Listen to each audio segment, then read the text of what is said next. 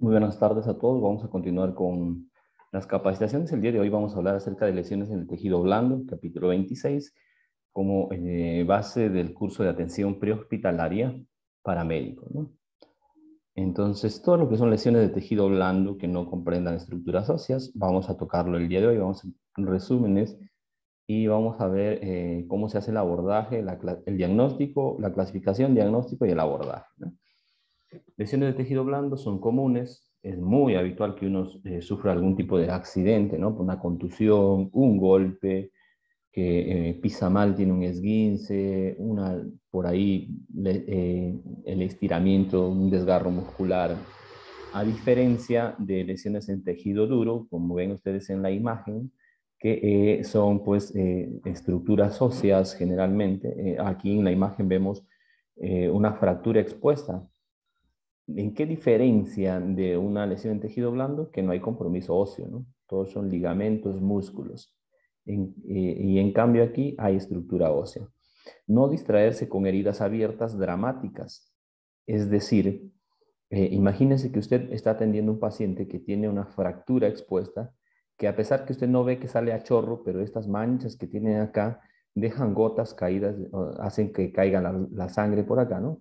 Y empapan lo que son las gasas, los apósitos, las mantas, la frazada, el colchón, el piso. Entonces, nuestra prioridad será no atender este tipo de lesiones, sino primero controlar el sangrado de esta, la restricción del movimiento, y estas pues, son secundarias, ¿no? Es decir, que no es nuestra prioridad atenderlas, ¿no? Los tejidos blandos del cuerpo pueden ser lesionados a través de una variedad de mecanismos. Una lesión contundente, es decir, un golpe, ¿no? Una lesión penetrativa, es decir, una arma blanca, por ejemplo, ¿no? Una punzada, un apuñalamiento. Barotrauma, presiones, quemaduras por exposición a altas temperaturas, a vapor, a fuego. El trauma de tejido blando es una forma común de lesión. La muerte es generalmente relacionada con la hemorragia o la infección. Una hemorragia interna por un traumatismo cerrado, un síndrome compartimental o una infección, es decir, que no se logró resolver esa colección de sangre que teníamos ahí y se hace pues un absceso, ¿no? Y dependiendo del lugar donde esté puede complicar la vida de la persona.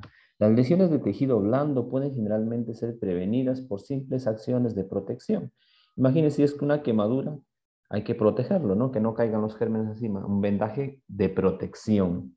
Si es un esguince, ¿qué es lo que vamos a hacer? Un vendaje de restricción del movimiento, un vendaje en 8, ¿no? ¿Sí? Entonces, ese tipo de acciones van a prevenir las complicaciones.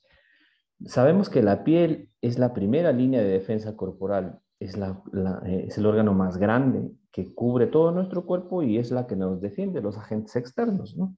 De fuerzas externas de microorganismos. La piel es relativamente fuerte, pero también es susceptible a la acción de los golpes, las contusiones, los intercambios de gran energía, ¿no?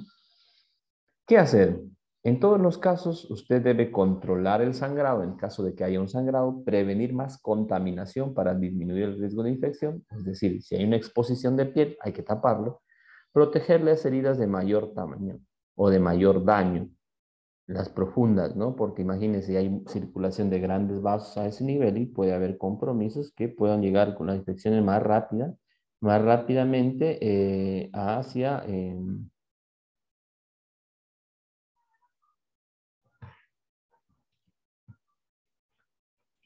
La anatomía y fisiología de la piel. Varía en grosor, más delgada en los muy jóvenes y en los muy ancianitos. Más delgada en los párpados, en los labios, en las orejas, que en el cuero cabelludo, en la espalda y en las plantas de los pies. En esta región son más gruesas, ¿no? La piel tiene dos capas principales, la epidermis y la dermis. La epidermis, la capa externa y dura, la dermis, la capa interna. Como pueden ver ustedes, la epidermis, esta parte de acá ya hay tejido muerto o tejido de recambio, ¿no? Entonces, aquí tenemos pues los efectos generalmente de la acción directa de cualquier microorganismo, de altas temperaturas, el tema de las quemaduras, y se van a diferenciar de esta parte de la dermis, que aquí es un poco más vascularizado y más inervado, más nervios. Y después ya entramos en tejido celular subcutáneo, que es la grasita, ¿no? La grasita y que va a diferenciar por una línea muy delgada que separa la parte muscular de la grasa, ¿no? Toda esta región de acá, la primera parte, la epidermis, corresponde pues a las afectaciones de quemaduras de primer grado. Y en la dermis ya estamos hablando de formación de pápulas o ampollas, que corresponde a las quemaduras de segundo grado, y después tercer y cuarto grado según corresponda o las capas que vayan atravesando, ¿no? La piel cubre toda la superficie externa del cuerpo. Las aberturas corporales están revestidas de membranas mucosas. Por ejemplo, en la nariz tenemos la mucosa nasal, en la boca, la oral, en los genitales, la mucosa depende del genital que estamos hablando, ¿no? La anatomía y fisiología de la piel tiene varias funciones la piel. Protección de microorganismos, de agentes externos, de lesiones mecánicas, percepción sensorial a través del sentido del tacto. Nosotros podemos, bueno, percibir lo que está pasando, ¿no? Frío, caliente, nos ayuda para evitar peligros, nos ayuda a tener una relación, es decir, identificar algunos objetos, ¿no? La termorregulación, la comunicación a través de la vasodilatación, la vasoconstricción, se regulan la temperatura corporal, ¿no? Y eso lo va a dar la piel. Si yo siento que está caliente el medio ambiente, pues ¿qué va a pasar con mis vasos sanguíneos? Se van a abrir los poros para que empiece a liberar temperatura, ¿no? Si está en un lugar muy frío, se cierran los poros para conservar la temperatura. La excreción y absorción, el agua también se absorbe a través de la piel, por eso ponemos lo que son los tratamientos tópicos, ¿no? Es decir, tratamientos sobre el área afectada. Las sales se excretan de nuestro organismo a través de los poros, ¿no? La absorción de medicamentos, lo que hablábamos anteriormente. La piel también tiene el metabolismo, la síntesis de la vitamina D, que nos va a ayudar pues a mejorar la funcionabilidad de la piel, ¿no? Cualquier ruptura en la piel puede permitir que las bacterias entren e incrementen el potencial de una infección, de la pérdida de fluido, de la pérdida del control de la temperatura cuando hay una agresión sobre una determinada área de nuestro cuerpo.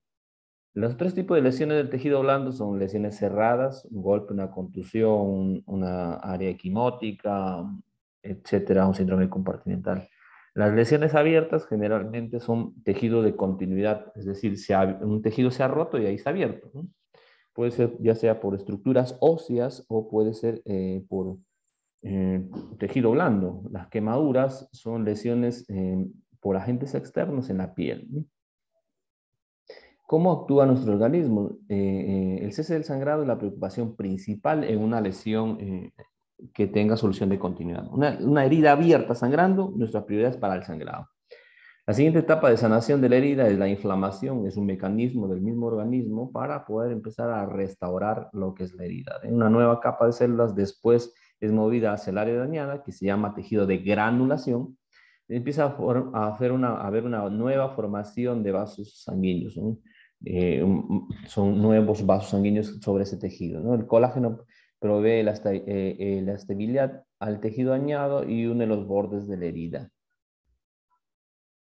Las lesiones cerradas, tenemos dos lesiones cerradas aquí. La primera es la equimosis, que son las manchas, por ejemplo, aquí en las sugilaciones, en los famosos chupetones, ¿no? se hace las personas. Es una sugilación y hay una región equimótica, es decir, manchada, ¿no? De colorada o con un color, depende del día de que ha sido producido o los días que tiene esta lesión. En cambio, un hematoma, además de estar colorado, tiene una acumulación de sangre en esa región extravasada, es decir, fuera del vaso sanguíneo, y tiene un proceso inflamatorio ahí, ¿no? Está hinchado ahí, edematizado.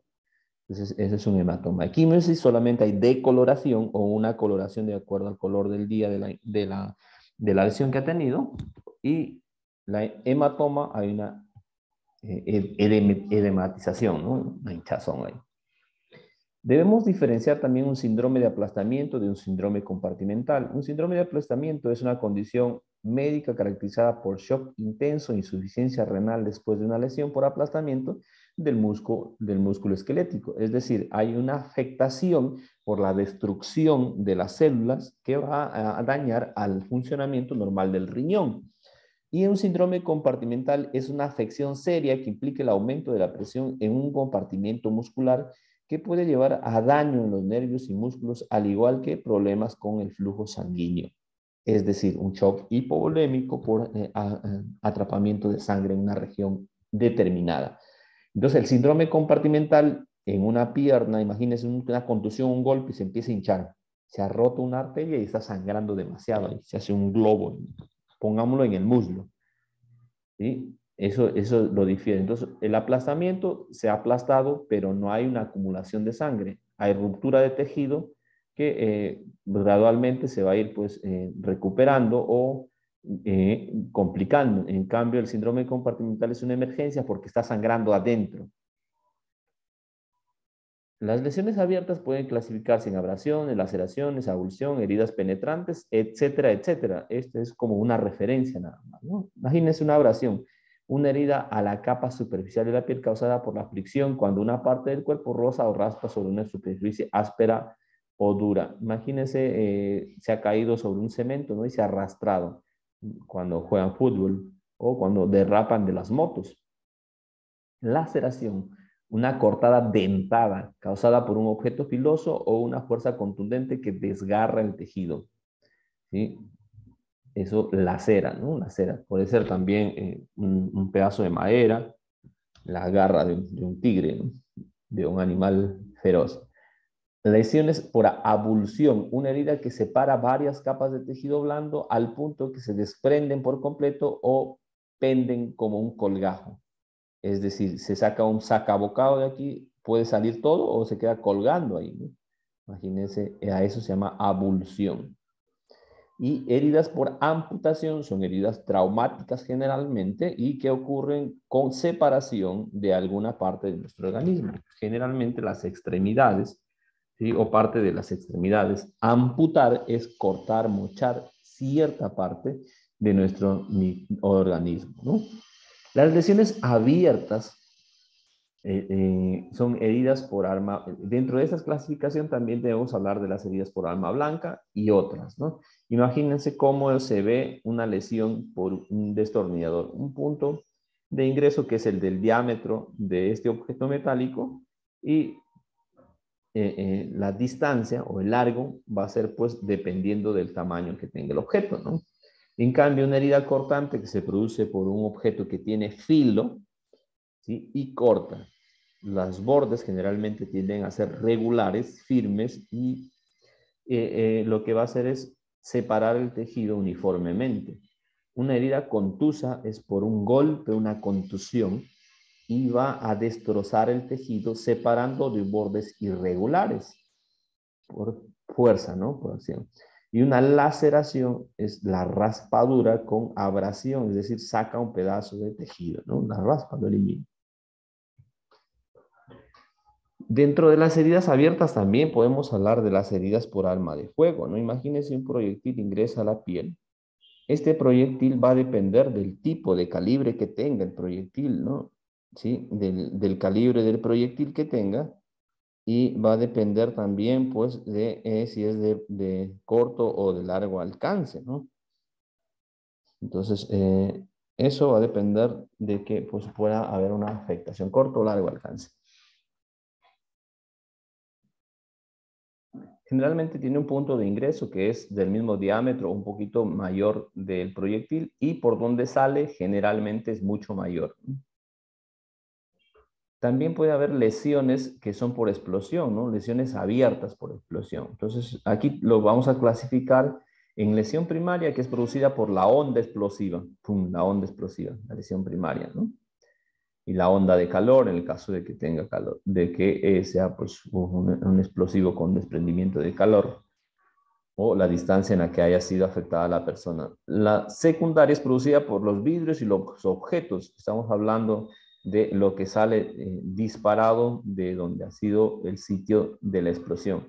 La onda terciaria es cuando, la lesión terciaria es cuando el paciente cae y se produce algún tipo de daño, ¿no? La víctima se convierte en un mismo proyectil y la misma víctima se lesiona. Y las lesiones cuaternarias son producidas por quemaduras de las vías aéreas. Entonces, las lesiones abiertas por explosiones se clasifican, ¿sí?, en primarias, secundarias, terciarias y cuaternarias. ¿Cómo procede la evaluación del paciente con lesiones cerradas y lesiones abiertas? Es más difícil evaluar una lesión cerrada que evaluar una lesión abierta. Entonces, lo que vemos generalmente, ¿no? Una inspección general de lo que está pasando y después hacemos una valoración específica, ¿no? Determinando de cabeza a pies para ver por ahí si hay alguna alteración, ¿sí? Y nuestro paciente no está mejorando, entonces debemos buscar qué es lo que está pasando, por dónde se está perdiendo la sangre. Generalmente es lo que buscamos. En la parte de la evaluación de la escena, la seguridad de la escena, el mecanismo de lesión, buscar indicadores del mecanismo de lesión conforme se evalúa la escena. El mecanismo de lesión puede proveer información sobre amenazas de seguridad potencial, evaluar la seguridad de la escena y considerar recursos adicionales. Identificar amenazas a la vida y prioridad del transporte, formar una impresión general de lo que está ocurriendo, buscar indicadores de la condición del paciente, checar en busca de lesiones escondidas más serias. Cuando hay lesiones que son cerradas, generalmente pasan Acaban desapercibidas. de...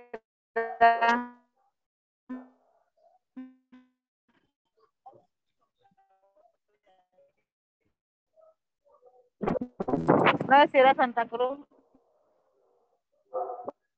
Vamos a desactivarle el audio a Carolina, por favor.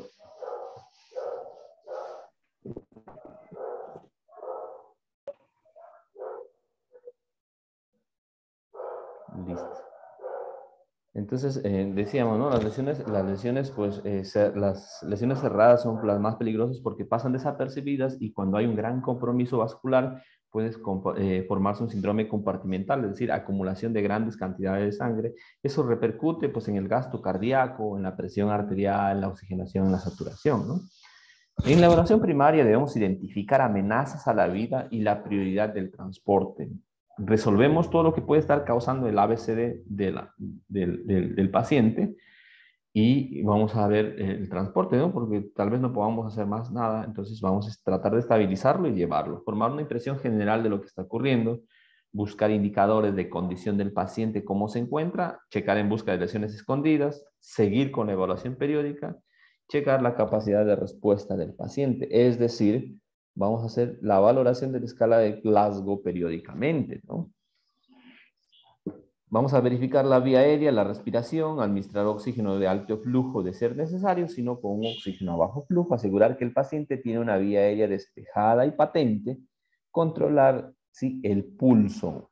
Un pulso acelerado significa que el corazón está compensando la pérdida de sangre en alguna parte de nuestro organismo y hay que buscar para controlar el sangrado. En la evaluación primaria, nosotros podemos determinar si el paciente está para transportarlo o todavía continuamos valorándolo, ¿no? Transporte inmediato, ¿en qué casos? Mala impresión general, controlamos el sangrado, lo llevamos a oxígeno y lo llevamos y seguimos haciendo procedimientos en el camino. Nivel de conciencia alterado, si ha tenido un deterioro neurológico por contusión o golpe, significa que probablemente continúe con eso. Disnea, dificultad para respirar, signos vitales anormales. Imagínense que está hipotenso y taquicárdico, está entrando en shock, ¿no? Ese paciente necesita compensarse, primero cerrar la llave por donde está perdiendo sangre y después reponer volúmenes por metas, ¿no? Para mantener una TA de 90-60 por lo menos. El manejo de la analgesia o el control del dolor es muy importante en la atención hospitalaria. Y no olvidar pues, registrar en una historia clínica, sabemos que es un documento médico legal científico que nos va a permitir a nosotros tomar correcciones más adelante y poder ser evaluados de una manera adecuada, ¿no? En una evaluación secundaria, un escaneo de cuerpo completo más sistemático, es decir, de cabeza a pies para ver cómo está funcionando, incluye evaluar intervenciones y repetir signos vitales. Típicamente ocurre en el camino a lo que es el hospital, ¿no? O el centro de atención de emergencias. Porque debemos basarnos, porque debemos hacer una basal de signos vitales. ¿Por qué? Porque esto nos permite en un periodo de 5, 10 o 15 minutos hacer una comparación de cómo está, ¿no? ¿Qué es lo que encontré con estas basales? Hice estos procedimientos, ¿mejoró o no mejoró? Si no mejoró, pues significa que por algún lugar sigue perdiendo, ¿no? Y si mejoró, significa pues que hemos logrado controlar el sangrado.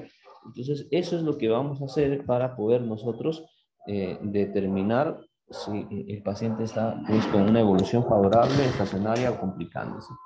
La reevaluación es periódica y constante, ¿no? Eso quiere decir que un paciente crítico continúa evaluándose todo el tiempo. Los libros dicen cada 5 minutos y en general nosotros en la realidad nunca paramos de evaluarlo porque el paciente, mientras le hemos tomado la presión arterial hace 5 minutos, hemos revisado pupilas, llenado capilar, la oximetría, que el pase del fluidos biológicos, hemos tomado la presión arterial, etcétera, etcétera. Ya llegó 5 minutos para la siguiente valoración, ¿no?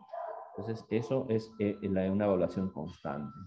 Además, debemos registrar todo lo que encontramos. Debemos describir también lo que es el mecanismo de lesión y esto nos va a permitir a nosotros comunicarnos con nuestra base, informar en qué condiciones está el paciente y pedir la derivación hacia un hospital de acuerdo al nivel de complejidad que requiere el paciente. Imagínese un paciente con un shock hipovolémico, con un traumatismo de tórax, un traumatismo abdominal, mínimo debe haber un hospital que tenga servicios de cirugía, ¿no? Traumatismo tóraco-abdominal con hipotensión, abdomen, una región equimótica o hematoma, con hiperreacción en la parte abdominal, ¿sí? o con abdomen en tabla, significa que hay sangre en esa parte y que tiene que entrar pues, un cirujano a abrir la parte abdominal y poder controlar el sangrado. ¿No? No lo voy a llevar a un centro de salud donde no hay eso, ¿no? Porque es una pérdida de tiempo. Ya ingresa a un centro de salud, tiene que volver a hacerse la valoración, hacer una historia clínica y solicitar la referencia. Entonces es más complicado. La atención médica de emergencia para las lesiones cerradas no se necesita atención especial de emergencia para contusiones pequeñas, ¿no? Las lesiones extensas pueden llevar al shock hipovolémico, entonces debemos observar cuidadosamente cualquier área de lesión. ¿Qué es lo que hacemos? Tratar la lesión cerrada del tejido blando usando la mnemotecnia RIS. Esto cuando es una lesión muy superficial, un esguince, una contusión local, ¿no? Reposo, hielo, compresión, elevación del mismo, restricción del movimiento. Eso cuando es una lesión muy pequeña o local, pero ya cuando son lesiones grandes, un trauma de abdomen, de tórax, debemos verificar pues, otros signos vitales, ¿sí? Y debemos controlar o hacer acciones de acuerdo a las manifestaciones clínicas que van presentando, ¿no? La ansiedad, la agitación significa que el paciente probablemente tenga dolor, cambios en el estado mental, que tiene un traumatismo cráneoencefálico, que probablemente tenga una alteración neurológica, ¿no? Ritmo cardíaco incrementado significa que está compensando algo que le está faltando, puede ser volumen o oxígeno. Entonces, puede ser por dolor o puede ser por pérdida de sangre. Tasa respiratoria incrementada. Está tratando de compensar la oxigenación que le está faltando, ¿no? Entonces, si está entrando en hipoxemia por disminución de glóbulos rojos, entonces, ¿qué es lo que va a hacer? Aumentar la frecuencia respiratoria, aumentar la frecuencia cardíaca, ¿no? La diaforesis, es decir, el paciente sudoroso, significa que está con una vasodilatación y está produciendo una hipotensión el paciente, ¿no? Está entrando en estado de shock o está chocado. La piel fría o diaforética, hay mala perfusión distal, no hay buena circulación distal, ¿sí? Entonces, piel fría diaforética, mala circulación en esa parte, ¿no? La presión sanguínea disminuida, bueno, una presión baja por bajo volumen o por pérdida. Antes de atender al paciente, siga las precauciones estándar. ¿Cuáles son las precauciones estándar? Primero yo, segundo yo, tercero yo. Seguridad, ¿no? La seguridad de usted, de su equipo, del paciente, del personal, de todo, ¿no? Si observa sangrado que amenaza la vida, asignar un miembro del equipo y aplicar presión directa o en todo caso un torniquete de acuerdo a la disponibilidad de material o del caso, ¿no? Cubrir las heridas en el pecho, abdomen superior, espalda superior con apósitos oclusivos en el caso de que sea una herida abierta. Control del sangrado que amenaza la vida. ¿Cuáles serán pues sangrados que amenazan la vida? Sangrados de vasos sanguíneos de gran calibre, ¿no? Esos sangrados pueden amenazar la vida, entonces vamos a controlar el sangrado. Si es una extremidad, nuestra prioridad pues será parar el sangrado tal vez con una presión directa, un vendaje compresivo o un torniquete dependiendo de la lesión que va presentando, ¿no? Los torniquetes ya no son la última opción en el tratamiento. Los torniquetes son la primera opción en heridas que están sangrando demasiado, ¿no? O heridas que son potencialmente mortales, ¿sí? Todas las heridas abiertas deben asumirse como contaminadas y que presentan riesgo de infección. Eso significa que una vez nosotros podemos descontaminar parcialmente y hacer un vendaje compresivo. Cuando lleguen al hospital tendrán que abrirlo, hacer el control del sangrado, limpiar, lavar, desinfectar y cerrar de acuerdo a la capacidad que tengan. Controlar el sangrado con inmovilización de la extremidad aún si hay fractura, si no hay fractura. Esto para tener un mejor control, ¿no? Entonces, sabemos que toda fractura debe restringirse el movimiento y si no hay, y ante la sospecha, imagínense usted que tiene un sangrado, eso con una férula, si no pueden controlar con el torniquete, la férula le va a ayudar para poder asegurarlo. Pero generalmente se utilizan pues, restrictores del movimiento cuando hay impotencia funcional, disminución del movimiento, la sensibilidad y cuando hay pues, discontinuidad en la estructura ósea, ¿no? Heridas abdominales. Si tenemos un paciente con evisceración, es decir, los intestinos afuera, no vamos a introducirlos, ¿no? Vamos a lavarlos con solución fisiológica, cubrirlos con una tela limpia, blanca, y ponerlos sobre la superficie del abdomen. Cada 5 minutos vamos a humedecer el tejido para que esto no se reseque y no se coarte, ¿no? No hay una coartación, no se parta. Y llegue pues al hospital y en el hospital entrarán a sala quirúrgica, le harán una limpieza, lavar bien todo lo que son los intestinos. Una vez que se ha lavado, se ha desinfectado, se ha vuelto a lavar, se introduce en la cavidad abdominal y se cierra por plan de acuerdo al tipo de cirugía que requiera, ¿no? Objetos empalados. Remover un objeto empalado solo cuando el objeto está en la mejilla, en la boca y obstruye la vía aérea. El objeto está en el pecho e interfiere con la RCP, debe ser retirado porque imagínense ya el paciente está en paro cardiorrespiratorio. Si no sacan el objeto para hacer reanimación, no hay chance o no hay posibilidad de sobrevivir porque ya está en paro. ¿Hay algunas condiciones cuando remover el objeto? Sí, cuando el objeto está obstruyendo la vía aérea. ¿Sí? Cuando está obstruyendo la vía aérea. ¿Cuándo más? Cuando remover el objeto, cuando el objeto está en el pecho y queremos hacerle RCP. Después, se recomienda fijar el objeto y se debe sacarse en el quirófano. Ojo, hay algunas excepciones además que no se debe fijar ni retirar, ni remover, ni fijarlo. ¿En quiénes? En aquellos que están, por ejemplo, en el corazón, ¿no? Imagínense, el corazón está latiendo, pum, pum, y cada vez que late mueve el objeto enclavado. Entonces, no lo retiro, y tampoco lo fijo, se hace dentro del quirófano, ¿no? Lesiones del cuello. Lesiones del cuello abiertas pueden amenazar la vida. Las venas abiertas pueden succionar aire y causar un paro cardíaco. Cubrir la herida con apósito oclusivo, aplicar presión manual, pero no comprimir ambas arterias carótidas al mismo tiempo porque disminuye el flujo hacia la parte de la masa encefálica, ¿no? ¿Qué hacemos con mordidas de animales pequeños? El hocico de un animal pequeño contiene muchas bacterias, muchos microorganismos. Las mordidas deben ser evaluadas por un médico. Como primera acción, hay que lavar con abundante agua y jabón, ¿sí? Hasta por 3 veces con chorra, caída libre, cepillarlo para hacerlo sangrar. De esa manera, pues por arrastre se van a eliminar los microorganismos de lo que es el hocico, la trompa o la boca de este animal que han dejado en la herida, ¿no?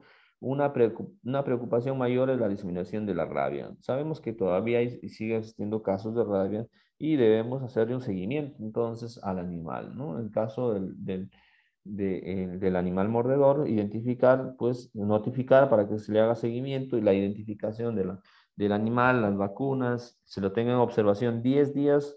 En el caso de que no tenga, se tiene en observación 10 días para ver si tiene algunos síntomas o manifestaciones compatibles con la rabia, como es la fotofobia, la hidrofobia, es decir, miedo a la luz, miedo al agua, y el estado de conciencia alterado del animal. Está rabioso, molesto, agresivo en lugares oscuros porque tiene miedo a la luz y no quiere que se le acerque el agua, ¿no?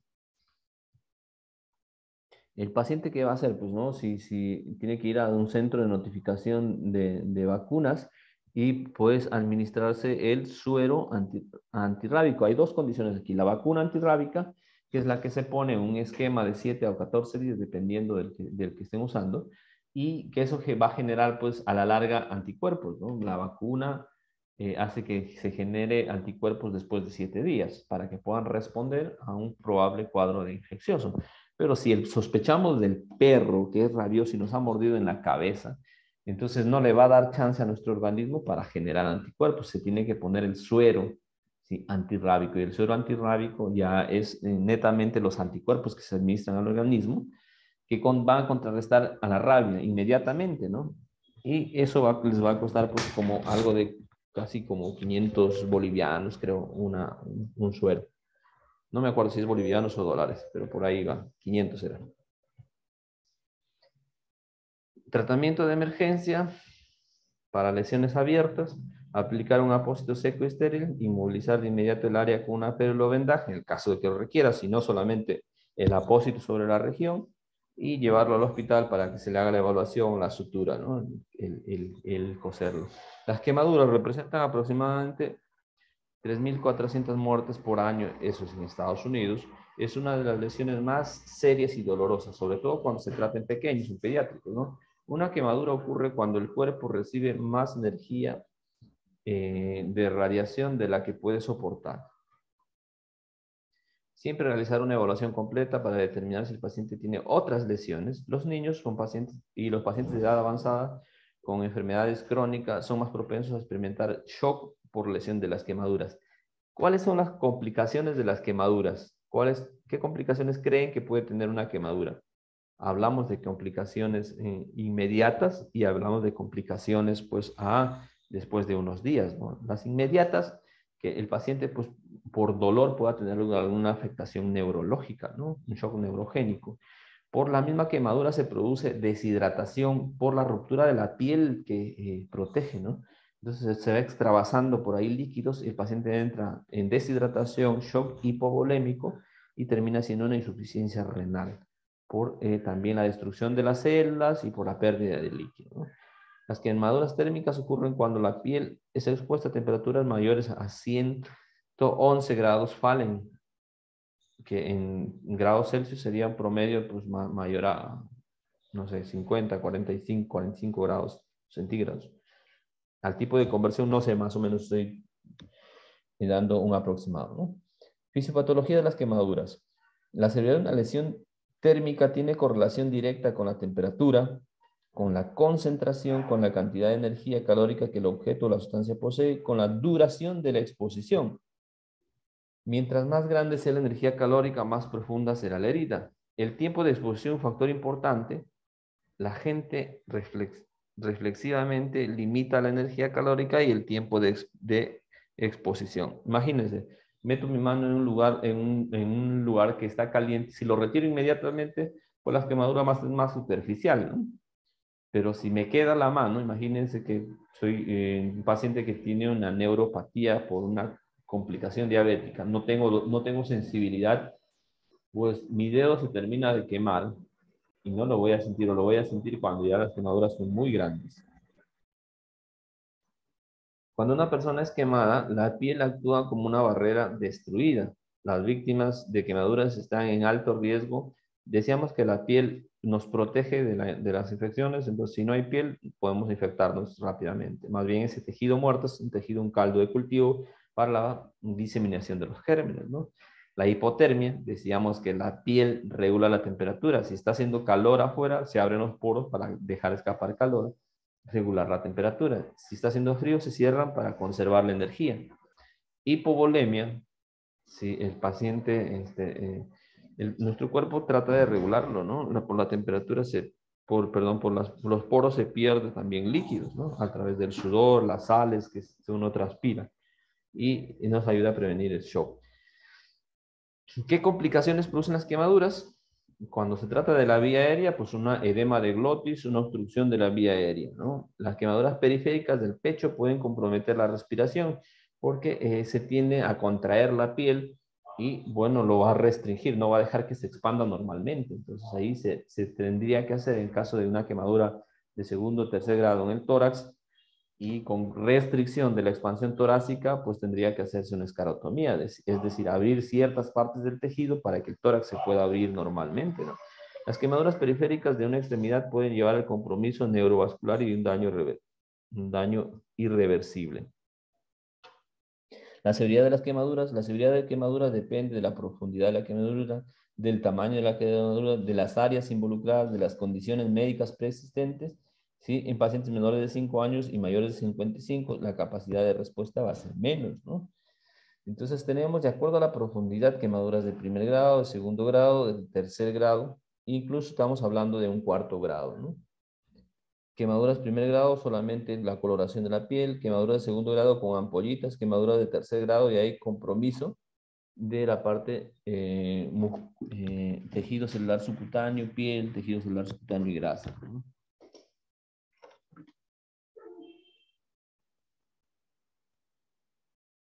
El tamaño de las quemaduras también es importante.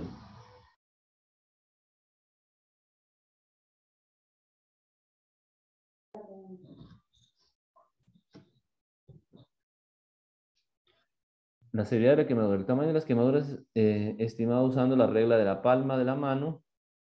En el caso de los pediátricos, una palma pues corresponde la misma del pediátrico, ¿no? No la suya. De la misma de la palma de la mano, pues van a hacer ustedes un estimado y con eso se va a calcular el porcentaje, ¿no? Una mano corresponde a 1% de la persona. La misma palma de la mano del paciente. En el caso de los adultos, pueden utilizar la regla de Wallace o de los 9, que va a distribuir pues de acuerdo a lo que significa el 9% de la cabeza, 9% cada extremidad superior. Aquí tenemos, ¿no? 9% de la cabeza, 9% cada extremidad superior, 18% cada extremidad inferior, 1% para los genitales. En algunos casos se le puede dar al cuello cuando tiene el cuello muy grande, 9% el tórax superior, 9% el tórax inferior o el abdomen, que va a corresponder al 18%. Entonces, todo esto, la regla de los 9, en los adultos nos hace para clasificar la extensión, para poder hacer un estimado, para... A ver, si por ahí, por favor, desconectan su audio. El 9%...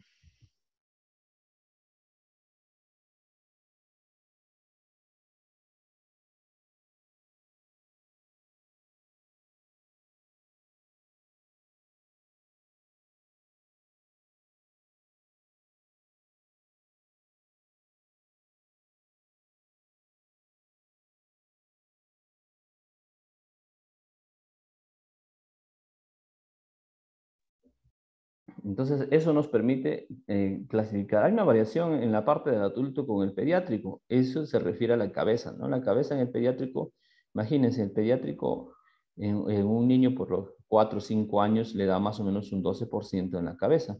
En un adulto, 9%. Y en un lactante mayor, 6 meses, 8 meses, le da hasta un año, hasta los 2 años le dan 18%, ¿no?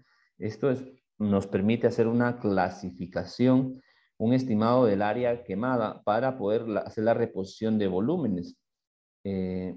Ustedes,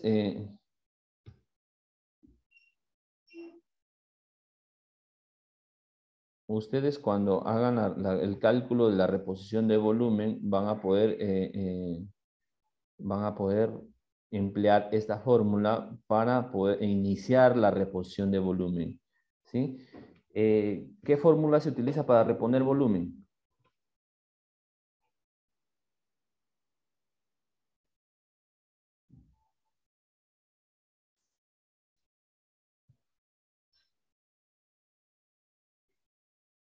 ¿Qué fórmula utilizan para reponer volumen?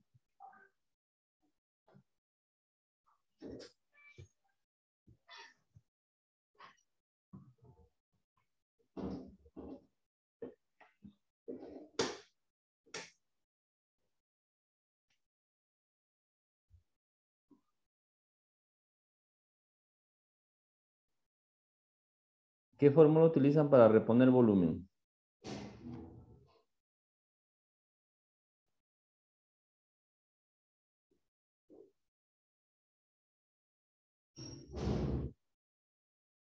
Hola, hola, ¿me escuchan?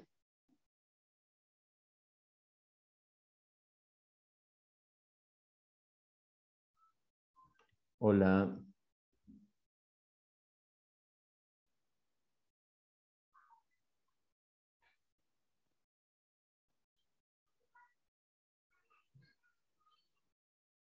Hola, hola, ¿me están escuchando?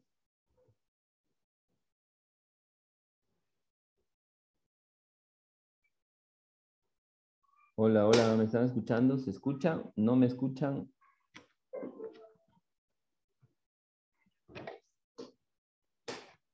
Hola, hola.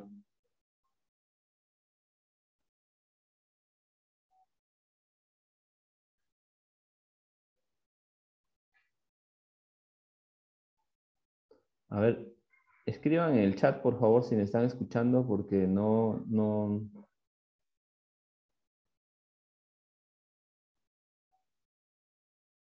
La regla de los 9. La reposición de volumen, la reposición del volumen lo van a hacer con la forma de Parline. Y esa es la siguiente tarea, ¿no?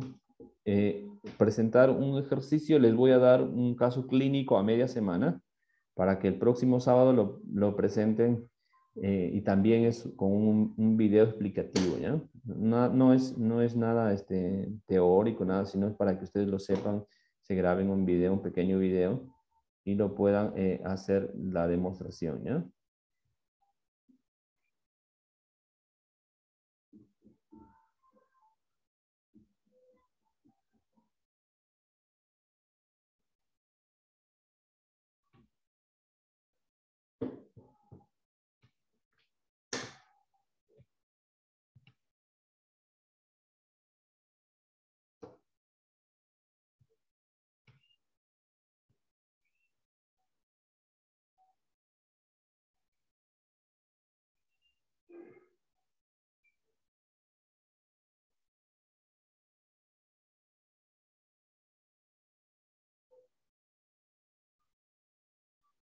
A poder visualizar en determinadas regiones. A veces, generalmente, las lesiones se van a ver en las extremidades y no en el punto de lesión. En el punto de lesión se puede ver alguna especie de tejido carbonizado, negruzco, marrón, pero buscamos, porque eso ha sido el punto de entrada, y buscamos en otras regiones, podemos encontrar, como por ejemplo en los pies, un punto de salida, ¿no? Y ese punto de salida que generalmente nos va a dar la información de la gran cantidad de energía que han transcurrido, porque nuestro organismo es un excelente conductor de energía, ¿no? Quemaduras eléctricas. Si el paciente ha hecho una parada cardíaca después de una quemadura eléctrica, lo más indicado es empezar las compresiones torácicas e iniciar inmediatamente la reanimación cardiopulmonar, ¿no? Entonces, ¿qué es lo que vamos a hacer?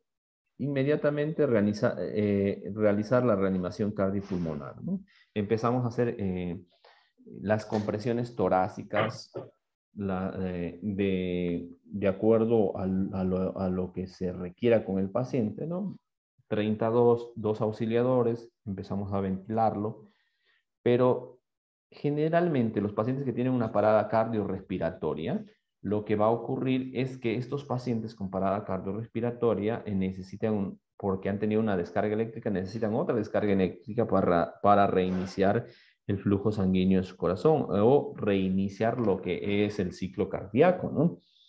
Administrar oxígeno, tratar las lesiones en el tejido blando con apósitos secos estériles, proveer el transporte inmediato. Compresiones torácicas, desfibrilación. Y el resto es manejo de las pequeñas heridas, ¿no? Quemaduras por radiación. Amenazas potenciales que incluyen incidentes relacionados con el uso de la transportación de isótopos radioactivos, radiactividad, lo que hablábamos ayer. Ustedes deben determinar si ha habido la exposición a radiación, si la exposición continúa o sigue existiendo.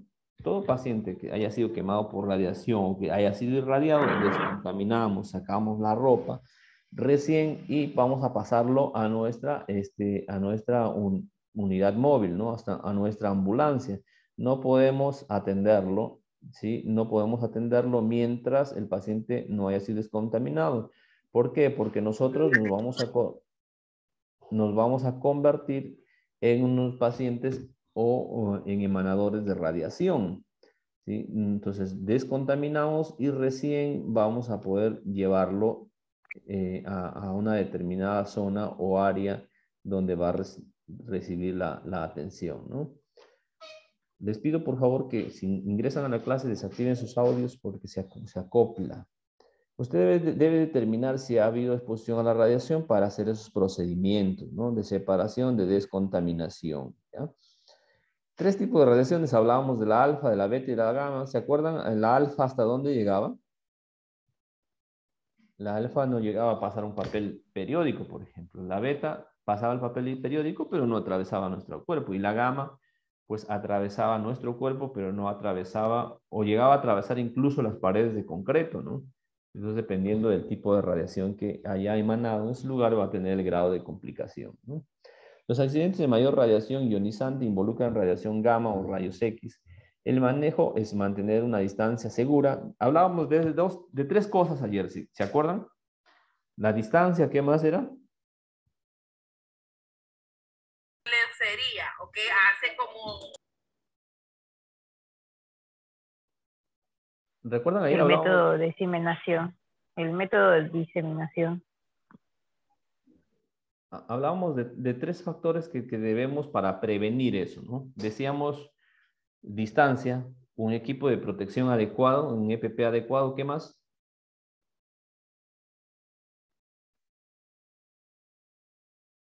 El tiempo, ¿no? Que no permanezcamos mucho tiempo en un lugar, ¿sí? Esos tres factores ustedes deben tenerlo en cuenta.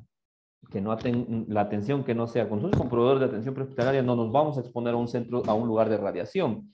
Entonces deben traernos a nosotros, ¿sí? A donde hay una área ya descontaminada, ¿no? O llegan ahí, descontaminamos y recién lo introducimos en nuestra unidad móvil o en nuestro centro de atención. Eso es no exponernos, ¿no? La distancia de donde está el radiactivo, a donde nosotros estamos atendiendo. Segundo, el equipo de protección adecuado. Y tercero, el poco tiempo de permanecer en esos lugares si nos toca estar ahí, ¿no? Mantener una distancia segura, llamar por recursos adicionales si es que lo requerimos, comenzar con el ABC, tratar las quemaduras, primero las lesiones que amenazan la vida. Si no hay ninguna lesión que amenace la vida, el ABC, ¿no?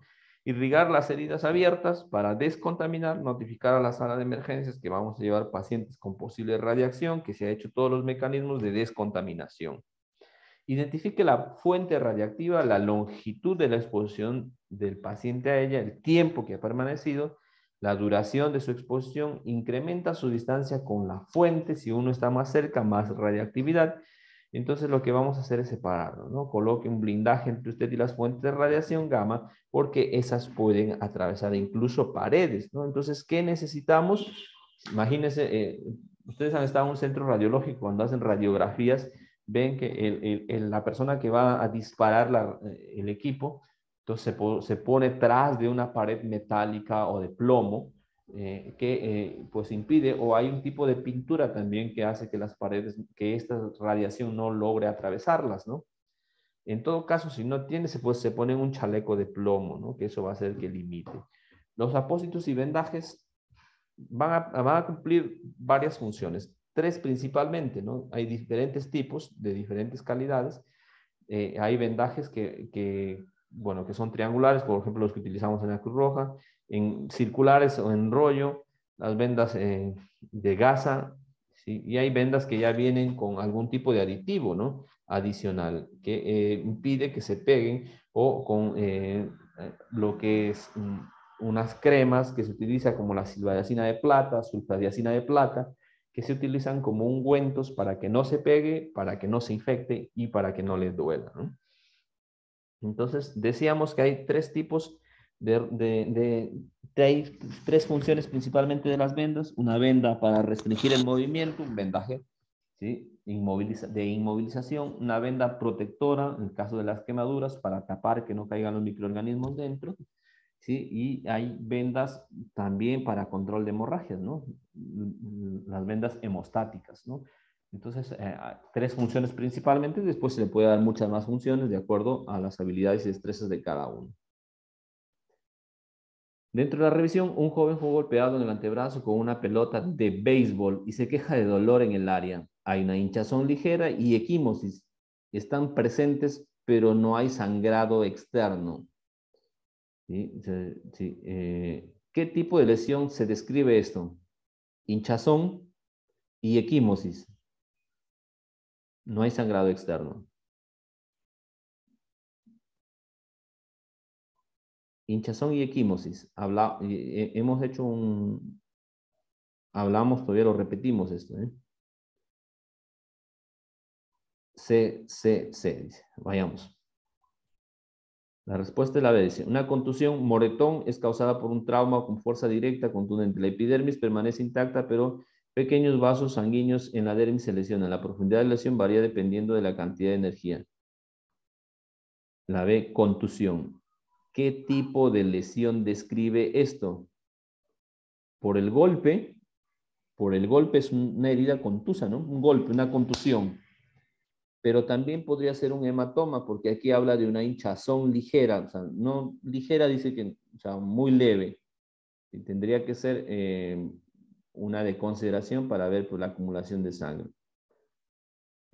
Más o menos nos da a entender que probablemente pueda ser la B, que habla de un golpe, de una contusión, de un golpe, porque es una, aquí habla de un golpeando, fue golpeado, una contusión, un golpe, pero aquí también describen una equimosis,